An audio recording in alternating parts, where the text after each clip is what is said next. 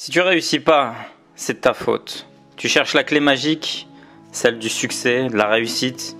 Tu vois des gens y arriver et tu es frustré. Le seul responsable de cet échec, de cette frustration, c'est toi.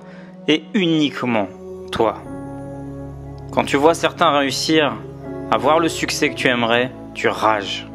Tu trouves une excuse. Oui, mais lui a cet avantage. Oui, mais lui est bien né. Oui, mais elle a de la chance. On est tous passés par là et je t'en veux pas. Je te dis juste d'être focus.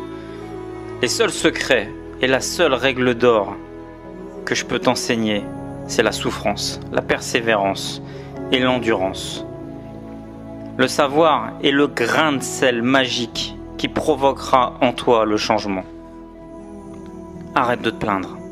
Tu vis en France. Tu as des jambes, tu as des bras, tu as un cerveau. Ok, tu n'es peut-être pas bien né, mais fais-en une force.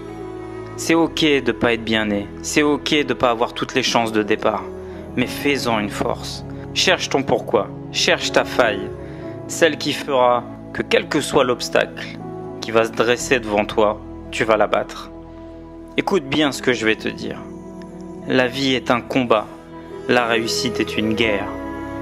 Je te le répète, la vie est un combat, la réussite est une guerre.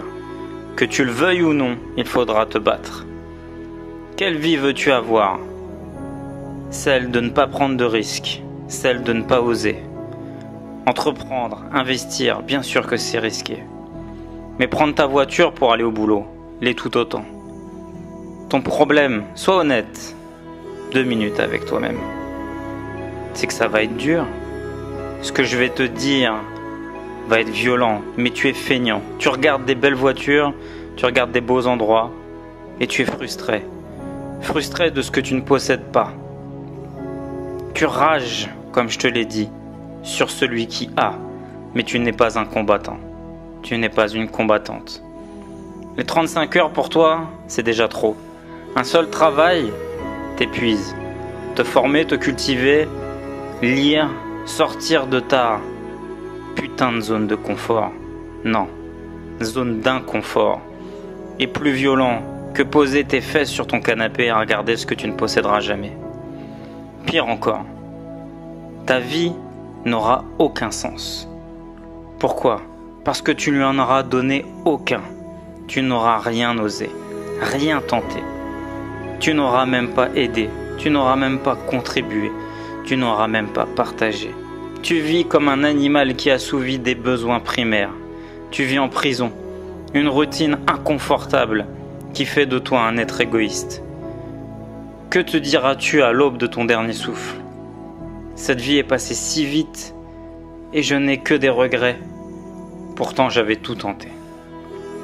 Non, j'ai préféré faire ce que les autres ont voulu pour moi. J'ai fait ma vie et mes choix en fonction du regard des autres.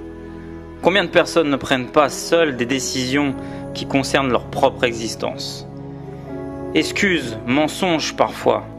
Ils attendent l'interdiction d'un père, d'une mère, d'un conjoint, d'une conjointe, d'un ami pour se rassurer et ne pas oser. Tu continues à t'entourer de moutons et tu veux devenir un lion.